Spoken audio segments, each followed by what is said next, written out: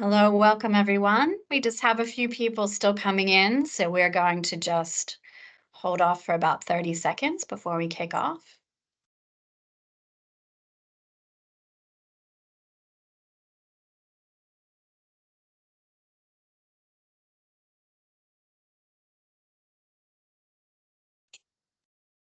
Wash my hands, guys. See.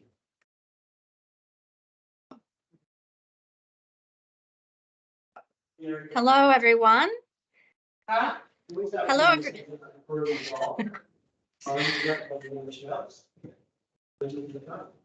Hello, everyone. There's a few people that might need to mute, so thank you very much for doing so. We have started recording, and I'm just going to kick off and go through some things, so I will start again.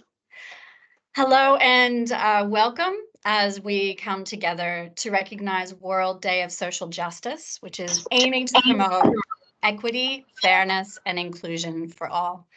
Thank you for joining us for today's webinar, which is entitled Climate Change Impacts on Access to Justice.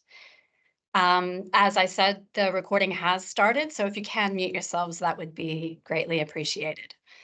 My name is Dawn Hewitt, and I am the Network Coordinator for the Community Connector for Resilience, and I'm also your moderator for today's session. This is our inaugural webinar for the 2024 webinar series, and we are very thrilled to be hosting this important topic today. Today, I am joining you from beautiful sunny Melbourne on the lands of the Wurundjeri and the Bunurong peoples of the Kulin Nation. I'd like to recognize the traditional custodians of the land on which we live and work. I also want to pay respect to elders past and present and acknowledge their continuing connections to culture, community, land, and sea. So thank you again for joining us. Before we kick off, I do have a few housekeeping items before we move into the agenda. As I mentioned, please be aware that we are recording today's webinar, and it will be shared with all attendees following this session.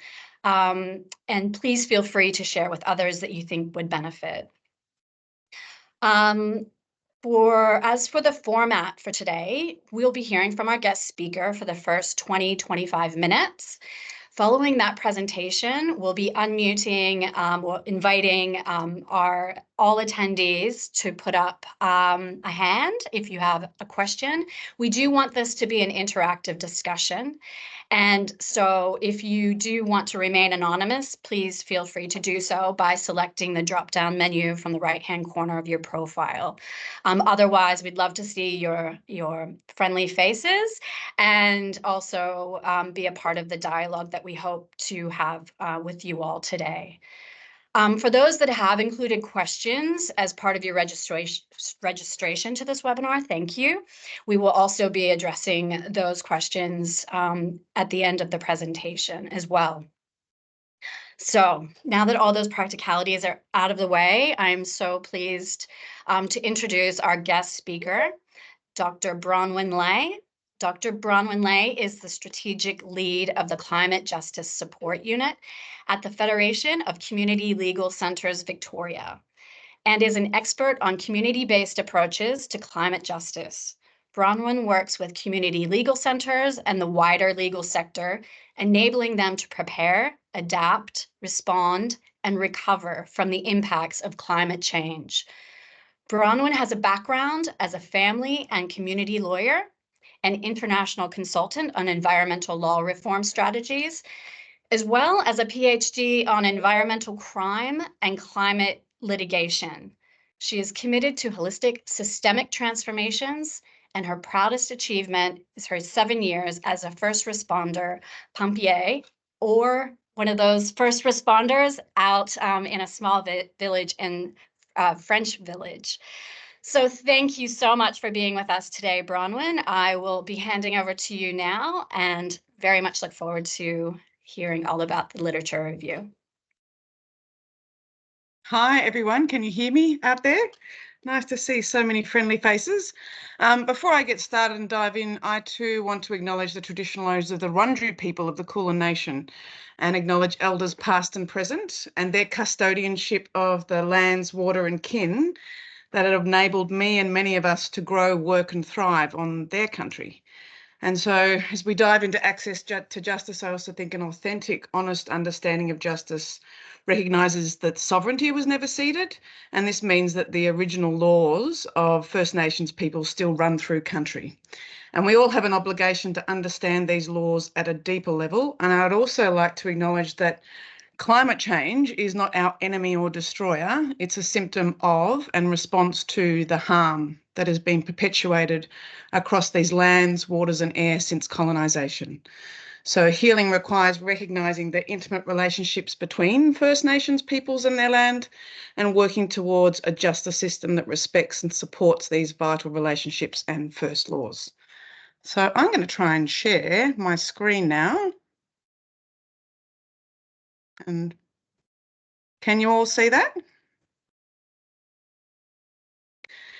So to get started, this is I'm honoured to be today presenting to you this literature review, which is part of a first piece of research that has been funded and supported by Lord Mayor's Charitable Foundation.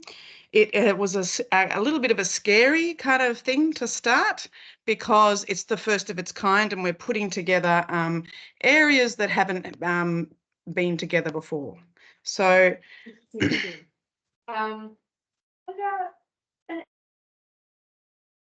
It's just not, there we go.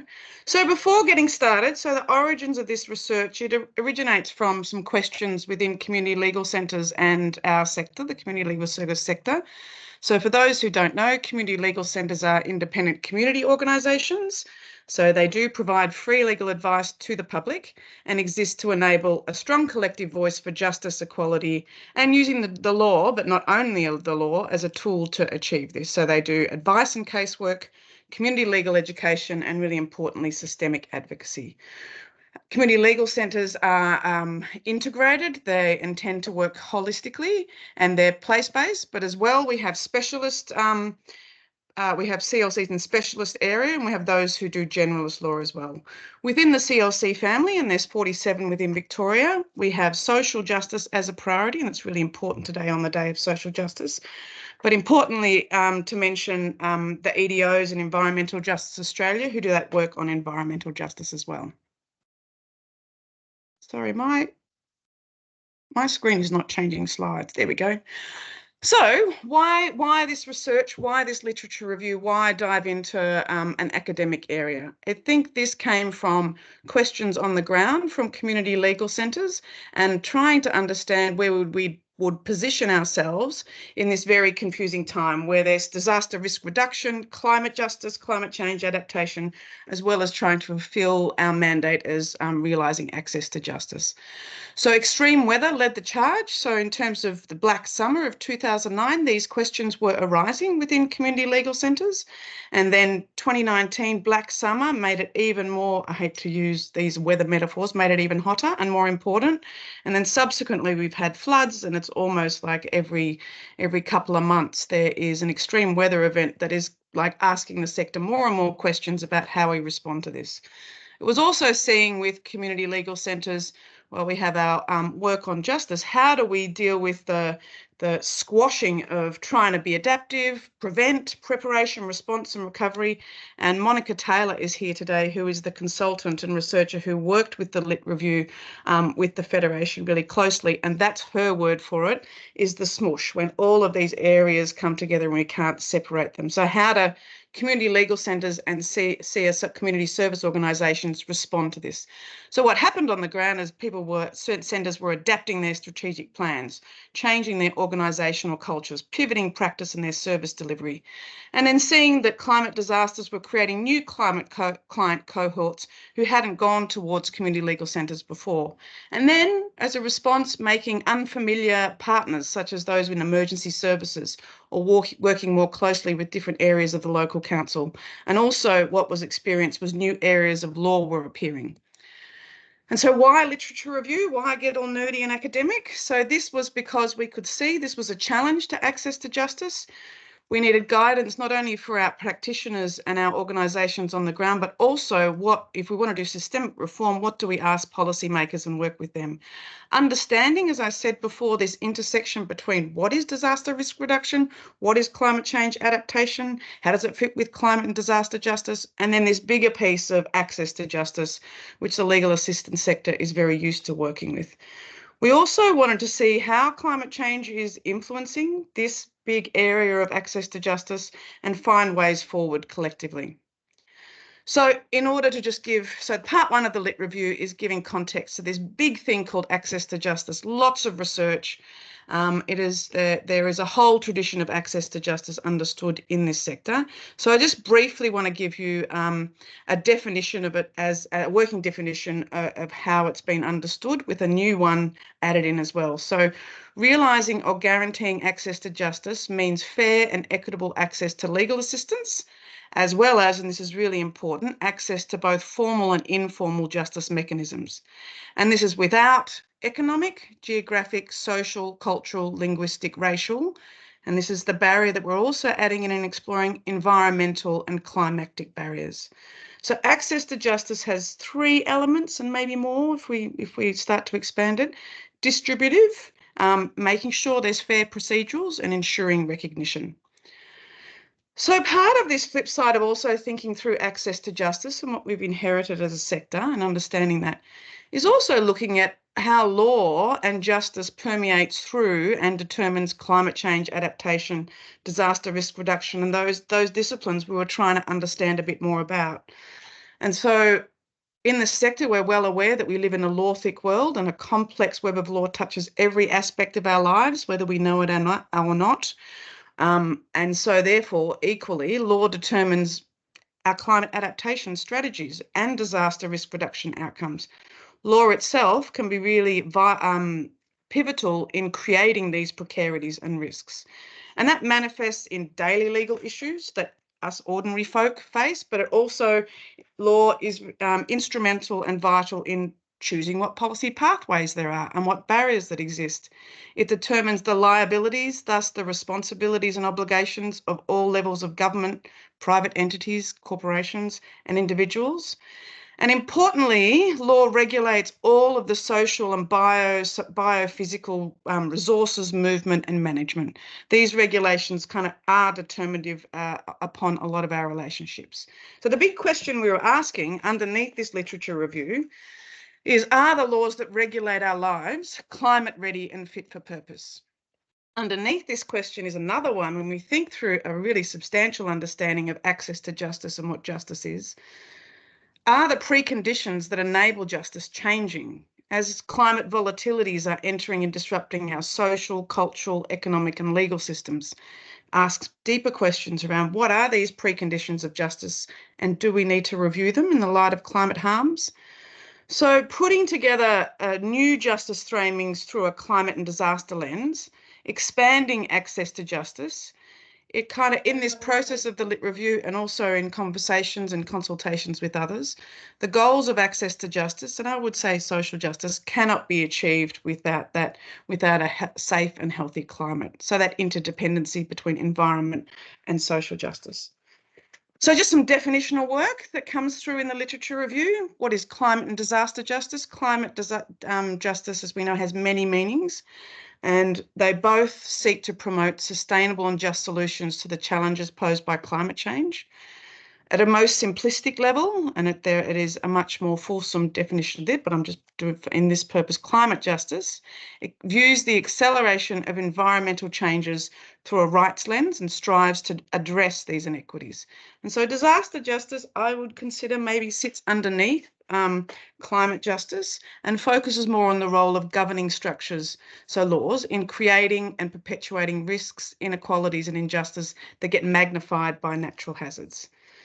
So just stepping back in sort of a reflective way of what these community legal centres are seeing, and it is across the country, one of the narratives is them and the communities they work with are increasingly seeing climate precarity in lots of different forms.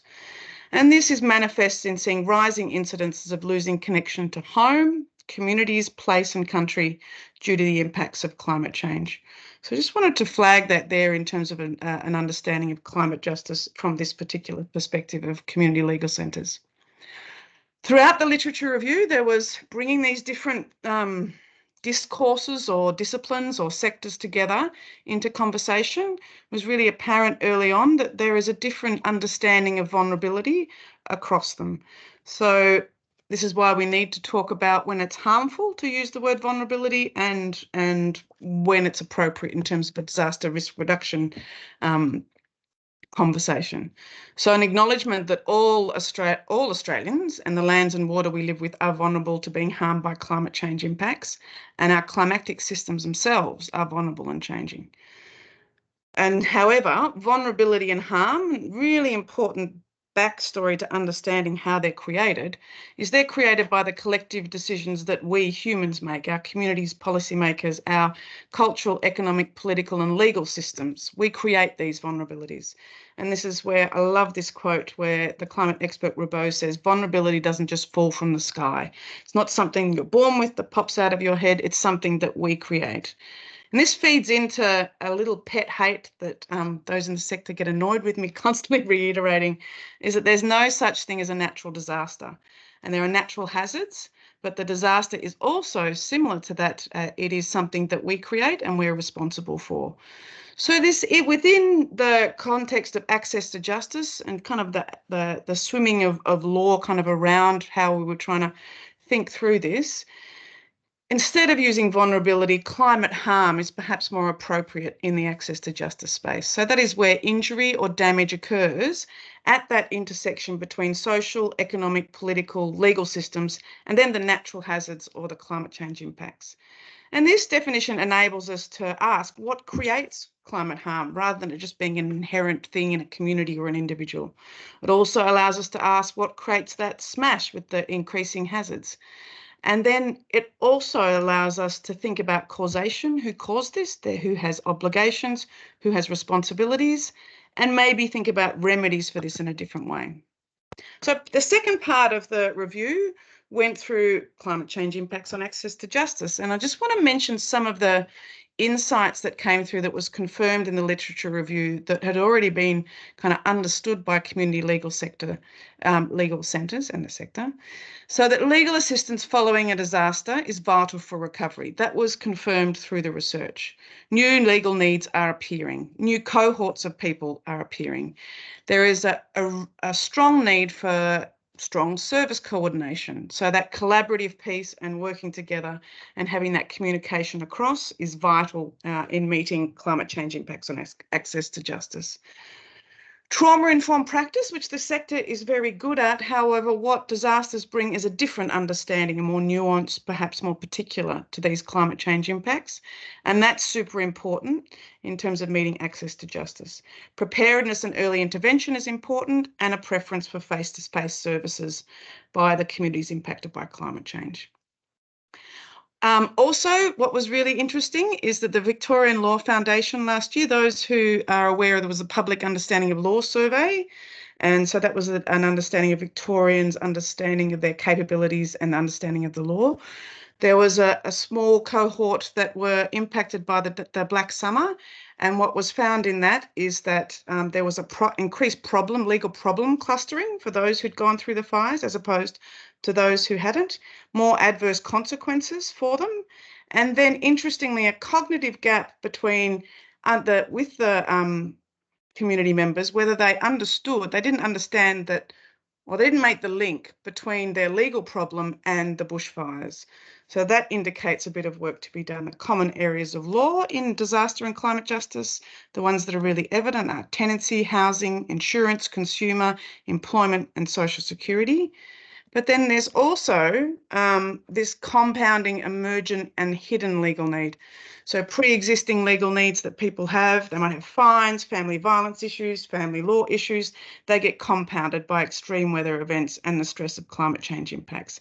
And as I've talked about before, there's the emerging legal needs such as, building permits and planning law that's coming through as well that hasn't been seen by the legal assistance sector, at least not in the generalists' centres. And then there's hidden legal need, which is this big kind of shadow across where we ask, there are climate harms being that are occurring, but are they justiciable? Is it legal? Is there a legal remedy for it?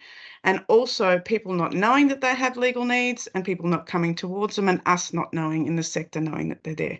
So a lot more research needs to be done on that. So part 3, the big picture justice issues that could be seen in the literature coming through from climate change impacts. I think most people are aware that housing precarity and threatened habitability, both for humans and for ecosystems, is a huge one. So in terms of dwelling justice, that links into land use planning, and I would say that also links into First Nations land justice and how we relate to the land and how we divide it up and regulate it.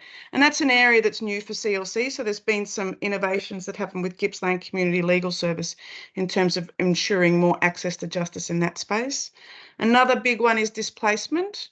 So things like planned and forced retreat, when the areas become so high risk that they may be uninhabitable. Who determines that? Is community consulted around that?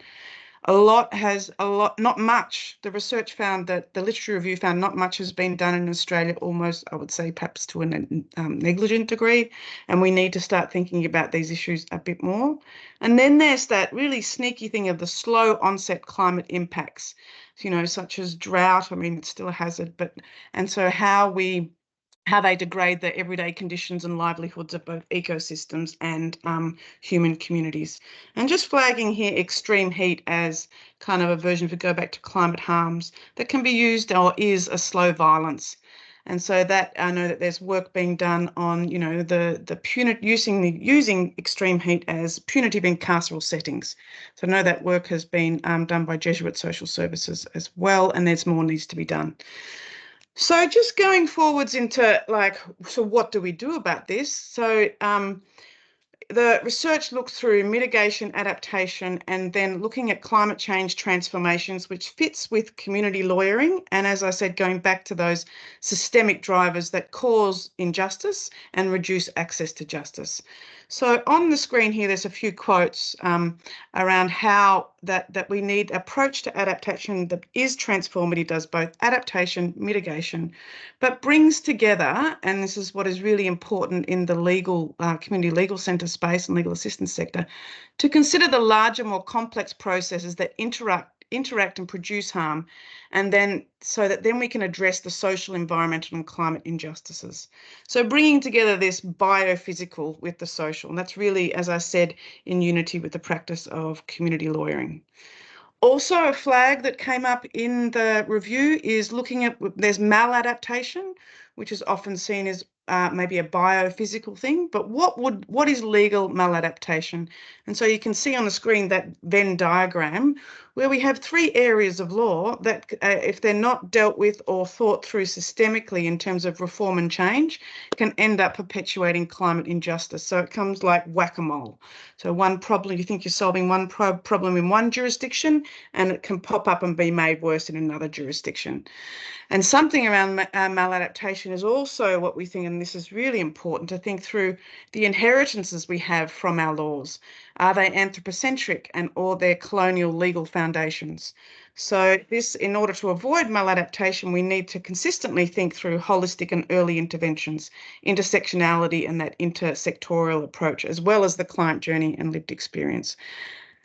Part 4 of it was the impacts on law and practice. So this was meaning that community legal centres and those providing access to justice, if they're place-based and they're community embedded, it means they're hit too.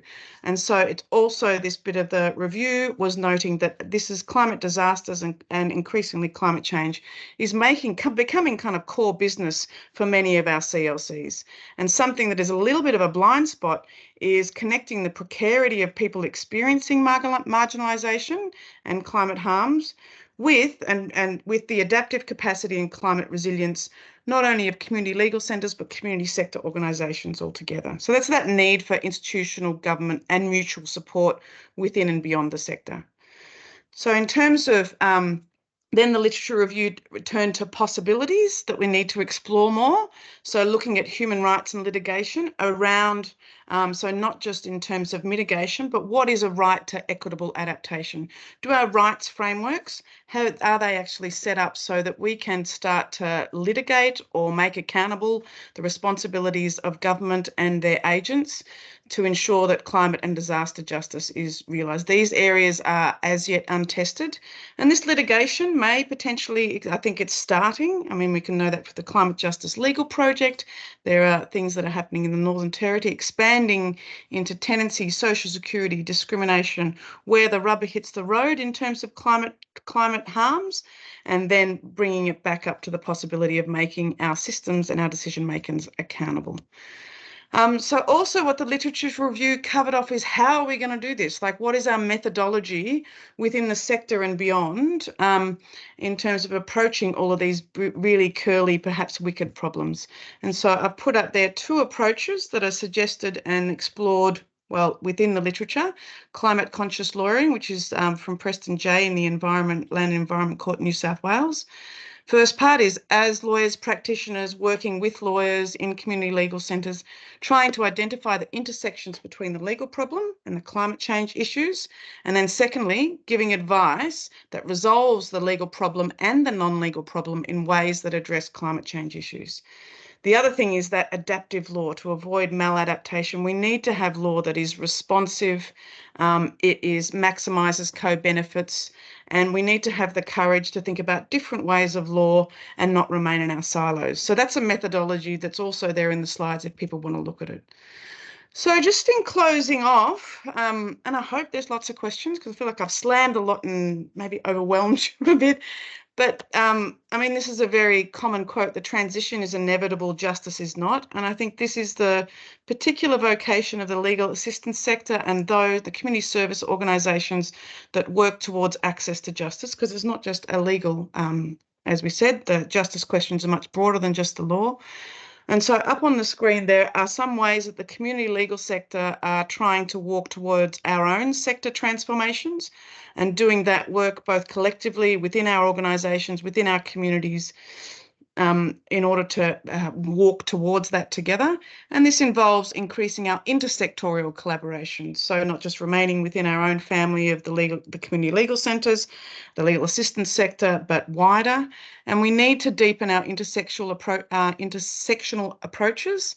And the next stage of this research will be about human rights and climate disasters, as we're working towards having a climate justice framework that this work will feed into, so that there's some kind of guide, and it'll be a co-creative process with so many of you on this call today, but also with the community legal sector, in order to provide some signposts and some templates and some ways forward to really understand more, but also address climate change impacts on access to justice.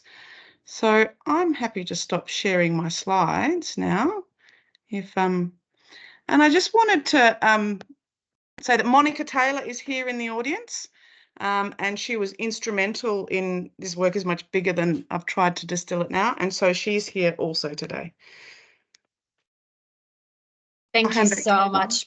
Thank you so much, Bronwyn. That was really informative and succinct, and what a massive piece of work. So congratulations to you and Monica and everyone else that contributed to that. I have lots of comments, but I'm going to hold on to those. I'd like to open up to the group for anyone that has questions. So get your questions ready and just put the raise your hand button, and I'll try to make it around to everyone. In the meantime, I'd like to address a couple questions that came up through the webinar registration. So our first question was around gender. I think Monica was going to take this one. And this was, how do these issues play out differently for women, girls, and people of diverse gender identities and sexual orientations? Over to Bronwyn or Monica or both. Well, hi, Dawn, and good afternoon, everybody. That's the first time I've actually heard that question, so I can give it I can attempt an answer, but I'm happy to flip back to Bronwyn and she can complement what I say. The literature review intentionally by design, and also really just to manage the scope of work, we didn't drill down individually into all the priority areas and cohorts of disadvantage in the way that the legal assistance sector traditionally prioritises need for service provision. So women and children, LGBTIQA plus communities are listed as priority groups in terms of when we deliver our services.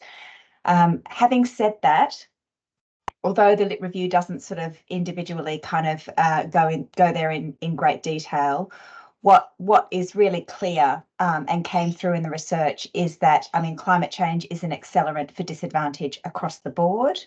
And in terms of extreme weather events, the impact that disasters and those extreme hazards are having on women and children and people with diverse sexuality is really apparent. So there is work that speaks to the particular harms that can come when people are usually in a post-disaster recovery context. Bron, did you want to add anything to that? No, I think that, thank you, Monica, for taking that very, very quickly. I think that's true. I mean, something that this is just the beginning of research. We need so much more to understand these differential impacts. And so just saying that this is the beginning, but there also is, as Monica said, there is some incredible research out there that does illustrate this. And maybe what our challenge is bringing that into the access to justice and like looking at it a bit more deeply. So there's so much more to be done. And it's not just in this space, it's so many other spaces. So it's the beginning. Excellent. Thank you both for, sorry to drop you in that, Monica. I misunderstood that you did have that question. I'll move to the second question that we do have. How do we ensure justice for regional communities like Morte Lake that bear the burden of hosting the renewable energy transition? How do we get honest, meaningful engagement with communities? Do you have an idea, Monica? Or no? I'm happy to start. Yeah, you start now. Well, I think that in terms of, that's a big part of that displacement as well. Like, so all of these, when we went through when the literature review went through all these big items, a whole big piece is around the need for community consultation and for those processes to be actually genuine and authentic and not just tokenistic and not just ticking the boxes, because these are huge livelihood questions. They're huge questions around connection to place, also particularly for First Nations people, and we think of connection to country. So I think across that, there are challenges for the regional areas, both in terms of funding.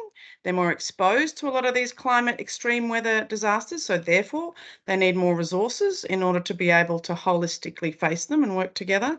So there's that difference in terms of the regional areas. But I would go back to that self-determination of communities and the processes that, and how do we design them taking into account climate change impacts. Monica, do you have something to add from the research that was uncovered? Only to say that when we talk about transformative adaptation, that gives us the ability to bring in that root and branch system change as well. So instead of transitioning one exposed location to a new industry that might sort of still have precarity sort of embedded within it, we have an opportunity really to rebuild and redesign and reimagine what that might look like as well. So the concept of just transition fits into that too. And so that's, I think, one thing in terms of an opportunity or a silver lining that comes out of this work is that climate change is really bringing about so much disruption, and those disruptive opportunities are a pathway to social justice and to breaking systems that are inherently unjust to bring in something that is more fair, equitable for everybody. operationalizing that is, you know, a really different kind of question, but at the high level, yeah. at the high level, Yeah. those are sort of the aspirational themes. And I think also acknowledging it's very easy to say community consultation, community self-determination, and the majority of people, if not all people on this webinar today, would understand the real difficulties in achieving that.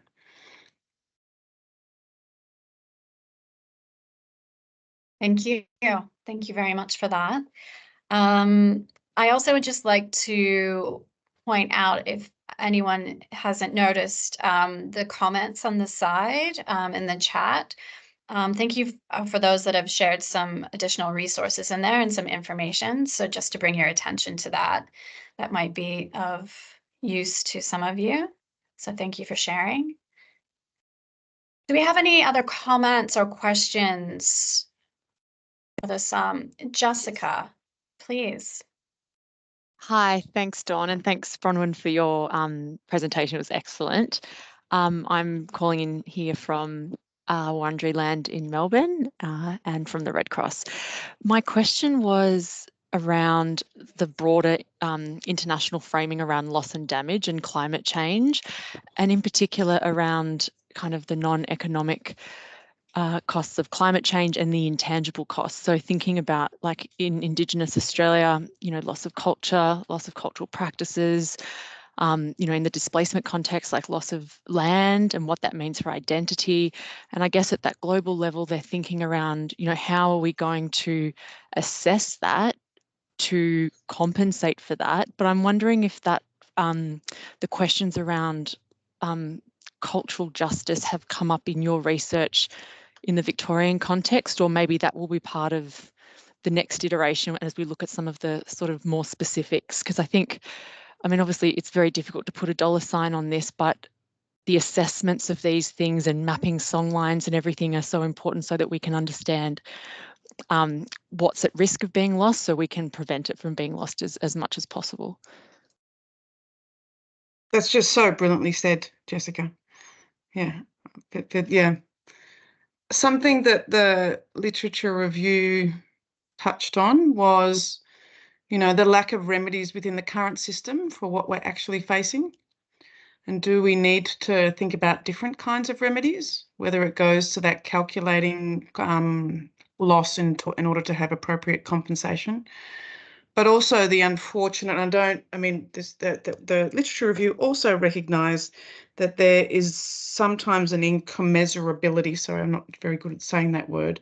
There's a loss that maybe we may not be able to have a remedy that is equivalent to the loss that we're facing. And it's just, so that's part of the climate grief conversation as well, and the limits of the law and being able to address that.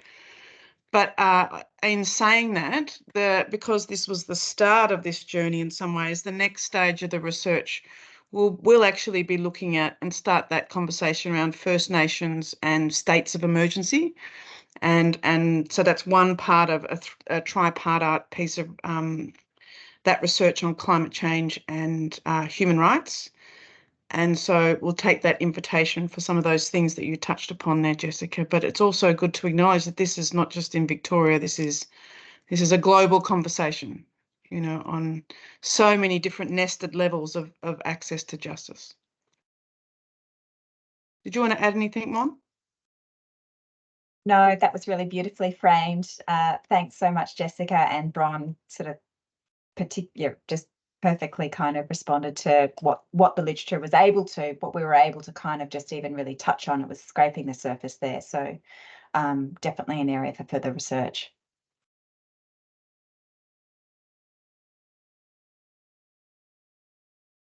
Okay. Thank you for that. I'm just noticing a couple more comments from Priya. I'm not sure if you wanted to, Priya, would you be interested and willing to make a few comments about the policy work that you've listed in there? Oh, yeah, sure. Yeah, thank you. Thank you. Thanks for having me at this. I feel like I learned a lot, and especially as someone who's engaged in research at RMIT, looking at, in this part of the work, public housing, redevelopment and thinking about climate justice in that context, but also in relation to stolen land and settler colonialism. The work from Policy Link that I put in the chat is some really interesting policy framing stuff around looking at incommensurability and what reparations might look like from a United States-based perspective. So that's what I wanted to drop in there. But I think the focus on dwelling justice was just so important in this, because it does really come back to that those central concerns around the quality of people's homes. So thank you. Thanks for elaborating and commenting on that. Any other Yeah, comments? thanks, Priya. Lovely to have you here. And I think that that's something that we're going back to those big issues that were kind of arising on the ground, and that habitability, home, dwelling, and those basics of connection to community, country, and those loss of those bonds, or the risk of the loss of those bonds, was coming through super strong in the legal issues that people were facing. And so I think an important part is going back to what are the preconditions of justice, is that question I asked at the beginning. And so we have the manifestation of the legal need over in one space, but what is it asking deeper questions about upfront? So thanks for your contribution, Priya.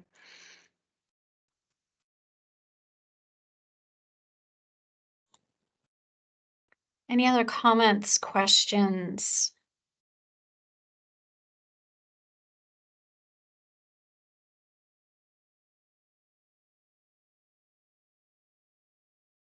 So, we've got somebody, Alison.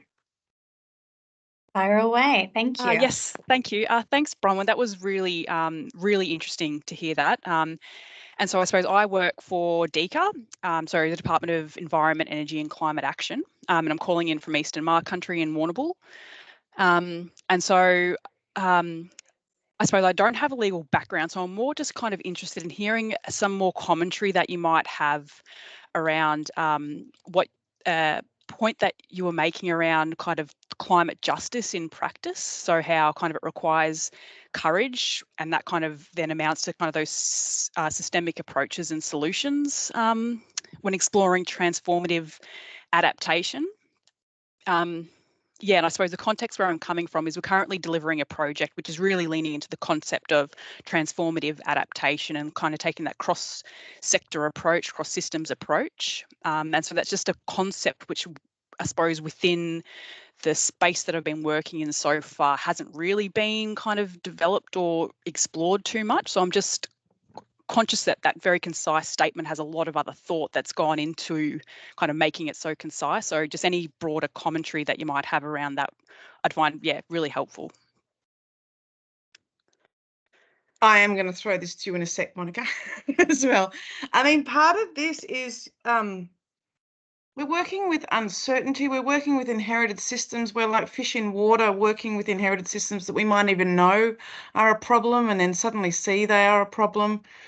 And so I do think that courage to work honestly, collaboratively and collectively to start to do that identification work on where the systemic drivers are. And so not just being the ambulance at the bottom of the hill. And so, this comes down to the relationships and how we are with each other, and having that courage to collectively ask really difficult questions. I think it's I think that's the pathway towards transformative adaptation. And I can say that, that is in the DNA of community legal centres, of trying to do that back work, looking at, as I said, the preconditions of justice, or the preconditions of where we arrive, where we are.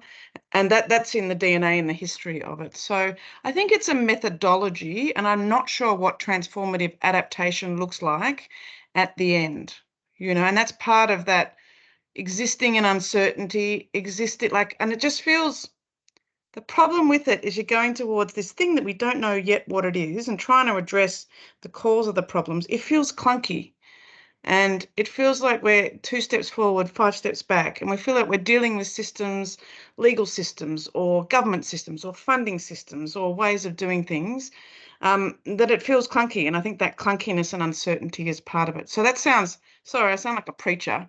Don't think I've given you any kind of solid things to work with, except for I think that's the methodology, and what that means for us in our sector will mean a very different thing for you in your sector. Monica, do you want to ground that a little bit? I'm really enjoying listening to this conversation. I think, Alison, and really great question, and it's lovely to hear the context from which you're sort of asking the question. In terms of this literature review, really the audience for us was the legal assistance sector, you know, bringing these kind of weighty concepts to a sector that's always just been on the tools in the access to justice world. And so really you introduce a concept like transformative adaptation, and it's just like really quite a mind-blowing and weighty and intimidating and overwhelming thing. As we did that, we were really pulling research that is at that IPCC level, that is at that international level. A lot of the kind of, you know, the big players in doing that theorising, their work has been published for quite some time.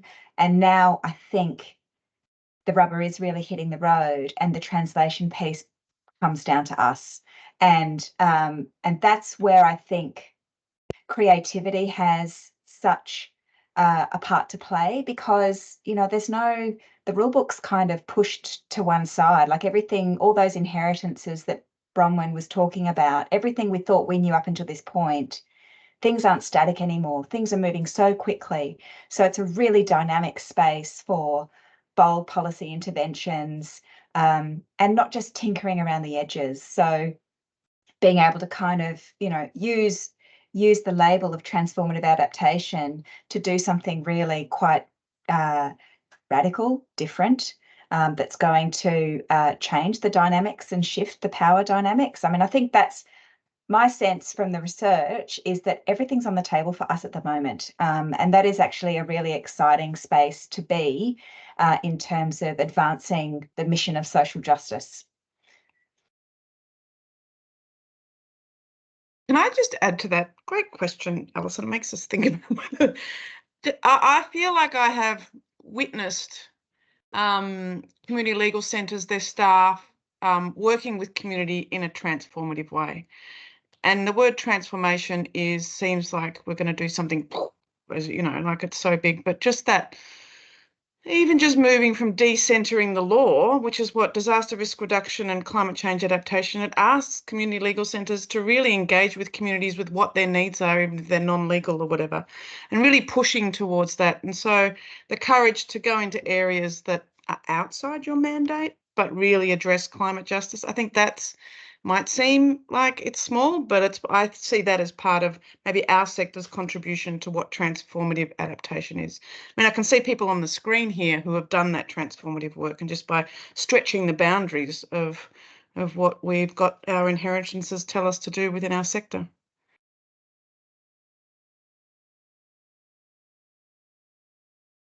That's good. Thank you for that. I'm glad that the transformative adaptation is scary, not just for me in hearing it, and that everyone's still finding their way, even in defining some of these concepts, and then being able to piece them together and come out with something that's going to move things forward. I think Dr. Karen Bosomworth has a document that might help to define some of that transformative adaptation. So I think she's just added it to the chat. So just bringing your attention to that link, you might be able to check that out there.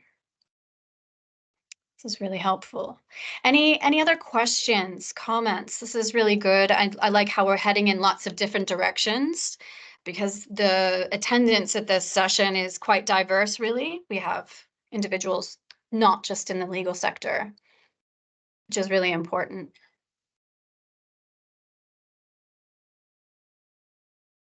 Any other comments?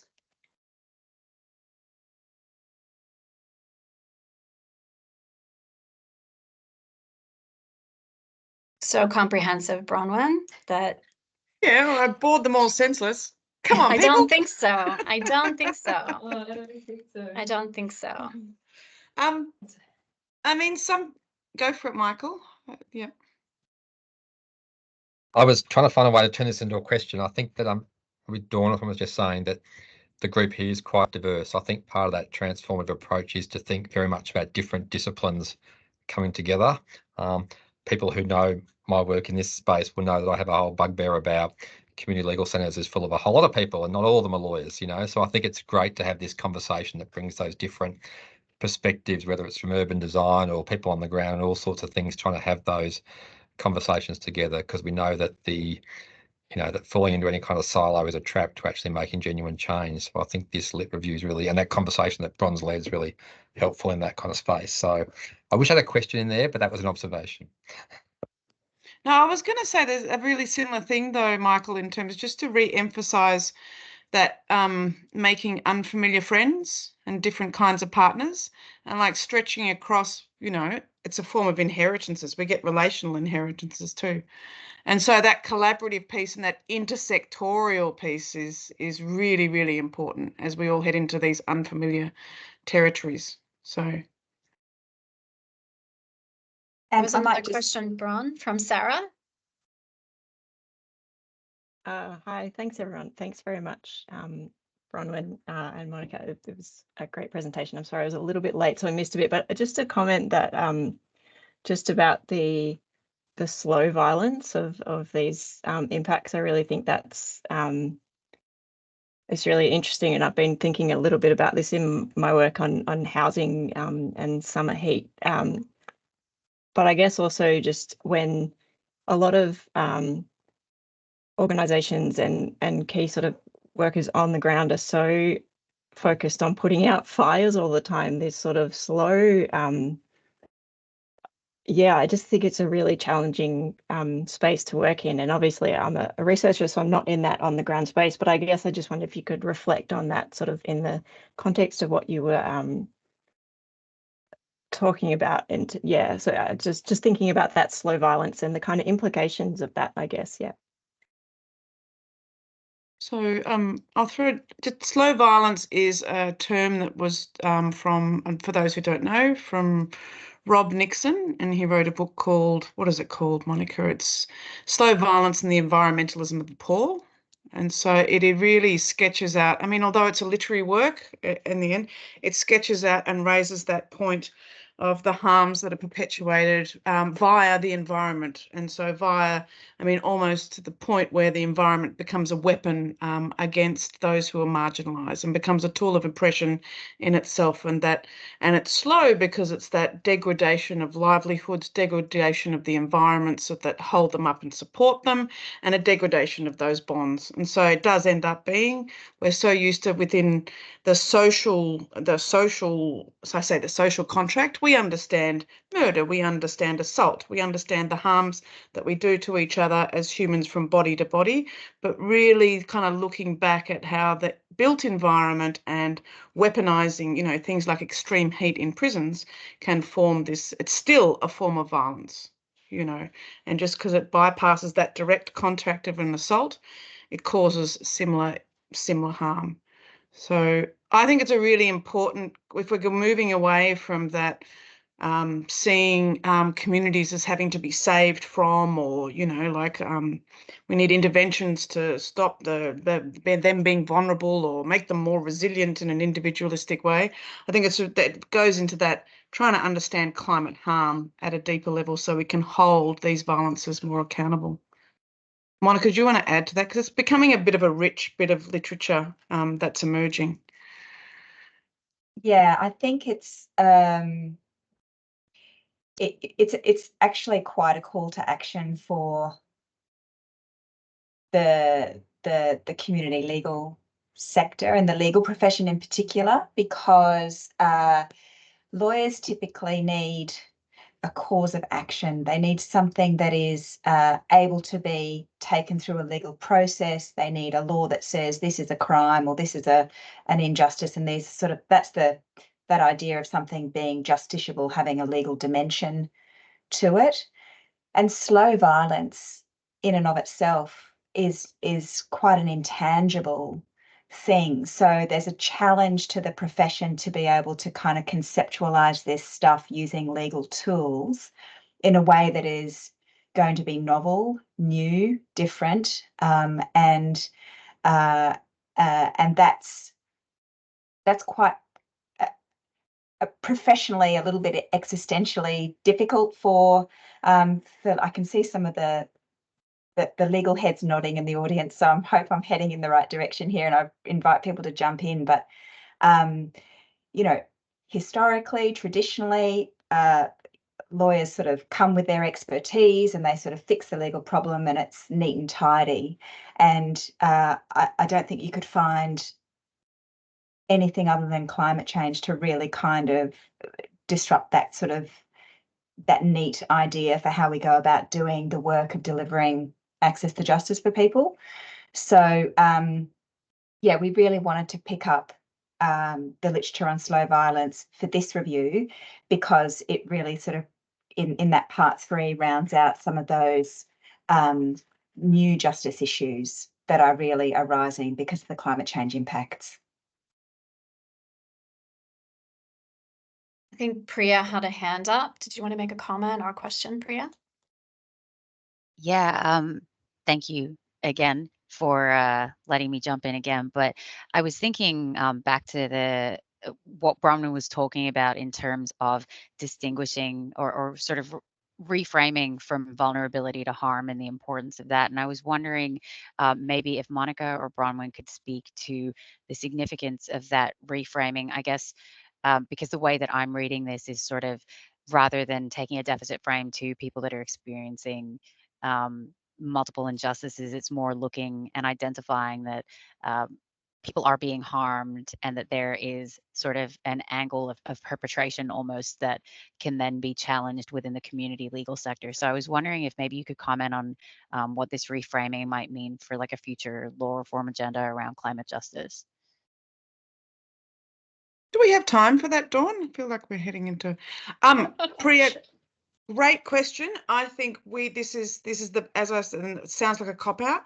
This is the beginning of something we don't yet know, and it's because that reframing, as you say, it brings in causation, obligations, responsibility, shifts it away to being a gaze and a power over certain communities, and starts to look at the flow of power and the responsibilities there. It makes it much easier to do legal and other accountabilities for. So we're interested to see what will happen with that.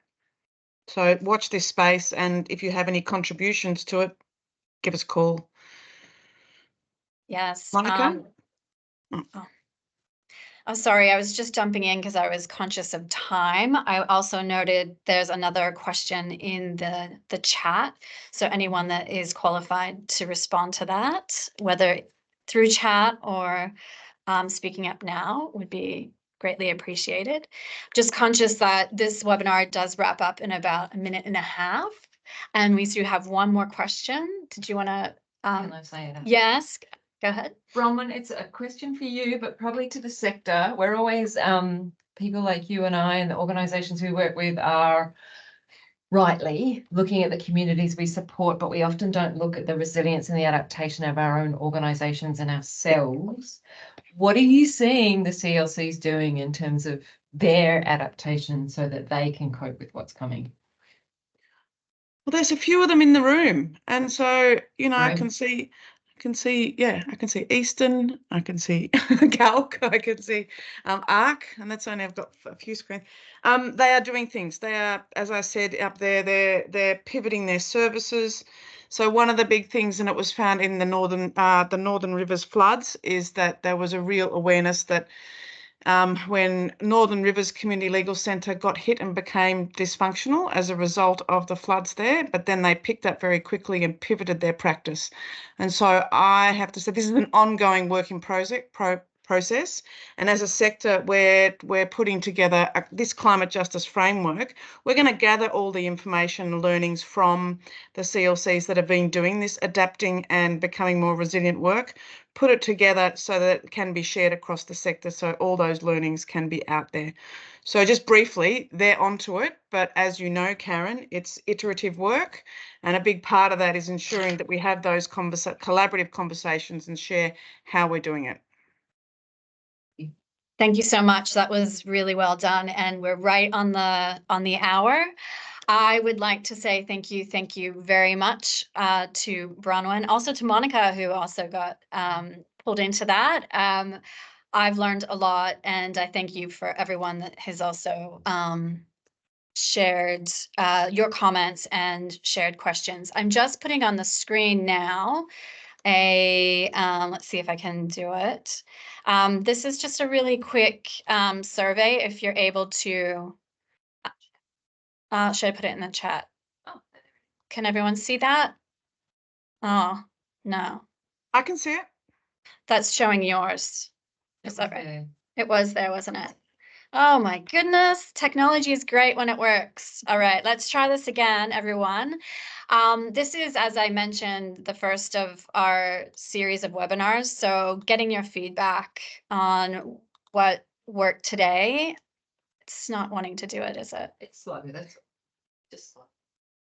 Okay, give it a moment. All right, I'm just gonna go through. I think that's the challenge. Bear with me. There we go. All right. Thank you for everyone, and for your patience with technology. We will be holding some future webinars and other activities and events, both in person, virtually, and we do have a website that we are very excited to probably launch closer to the middle of the year. So please stay in touch with us. As part of the survey, there is a question to add your email so that we can send you updates to these news items and upcoming events. Thank you again. Please stay in touch. I hope each of you have kind of connected with someone else. And thank you so much for today, Bronwyn. Thanks, Bye for everyone. now.